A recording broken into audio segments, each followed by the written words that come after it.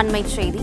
சென்னை அண்ணா அறிவாலயத்தில் முதலமைச்சர் மு.க.ஸ்டாலின் தலைமையில் நாளை திமுக எம்பிக்கள் கூட்டம் நடைபெற இருப்பதாக தகவல் வெளியாகியிருக்கிறது. சென்னை அண்ணா அறிவாலயத்தில் முதலமைச்சர் மு.க.ஸ்டாலின் தலைமையில் நாளை திமுக எம்பிக்கள் கூட்டம் நடைபெற இருக்கிறது. நாடாளுமன்ற பட்ஜெட் கூட்டத்தொடரின் 2ஆம் அமர்வு மார்ச் 10ஆம் தேதி திங்கட்கிழமை கூடுகிறது. இந்நிலையில் சென்னை அண்ணா அறிவாலயத்தில் முதலமைச்சர் மு.க.ஸ்டாலின் தலைமையில் நாளை திமுக எம்பிக்கள் கூட்டம் நடைபெற இருக்கிறது. முதலமைச்சர் மு.க.ஸ்டாலின் தலைமையில் நாளை திமுக எம்பிக்கள் கூட்டம் நடைபெற இருக்கிறது. சென்னை அண்ணா அறிவாலயத்தில் நாளை காலை 10 மணிக்கு முதலமைச்சர் மு.க.ஸ்டாலின் தலைமையில் திமுக எம்பிக்கள் கூட்டம் நடைபெற இருக்கிறது.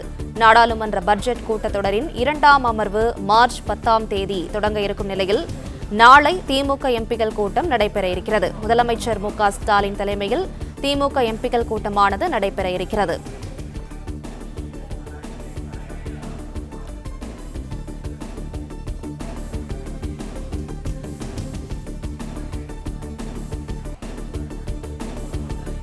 சென்னை அண்ணா அறிவாலயத்தில் முதலமைச்சர் மு.க.ஸ்டாலின் தலைமையில் நாளை திமுக எம்பிக்கள் கூட்டம் நடைபெற இருக்கிறது.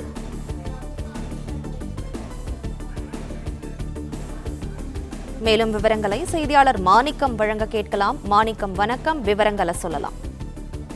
திமுகவினுடைய நாடாளுமன்ற குழு உறுப்பினருடைய கூட்டம் நாளைய தினம் அண்ணா அறிவாலயத்தில் நடைபெறும் என்ற ஒரு அறிவிப்பு தற்போது திமுகவால் வெளியிடப்பட்டிருக்கிறது. நாளை மறுநாள் வரக்கூடிய திங்கட்கிழமை 10ஆம் தேதி அன்று நாடாளுமன்றத்துடைய கூட்டம் கூட இருக்கக்கூடிய நிலையில அதற்கு முன்பாக திமுகவுடைய நாடாளுமன்ற உறுப்பினருடைய செயல்பாடுகள் தற்பொழுது கூட இருக்கக்கூடிய இந்த நாடாளுமன்ற கூட்டத்தில் எவ்வாறு இருக்க வேண்டும் என்பதை ஆலோசிப்பதற்காக திமுகவின் தலைவர் தமிழ்நாடு முதலமைச்சர் மு.க.ஸ்டாலின் தலைமையில திமுகவுடைய எம்பிக்கள் கூட்டம் நாளை தினம் நடைபெறும் என்ற இந்த அறிவிப்பு கொடுக்கப்பட்டிருக்கிறது. குறிப்பாக சமீப காலமாக மத்திய அரசுடன் தமிழ்நாடு அரசு சார்பாக தமிழ்நாடு அரசு பல்வேறு வார்த்தை போர்களையும் விவகாரங்களையும் எழுப்பி வரக்கூடிய நிலை இருக்கிறது.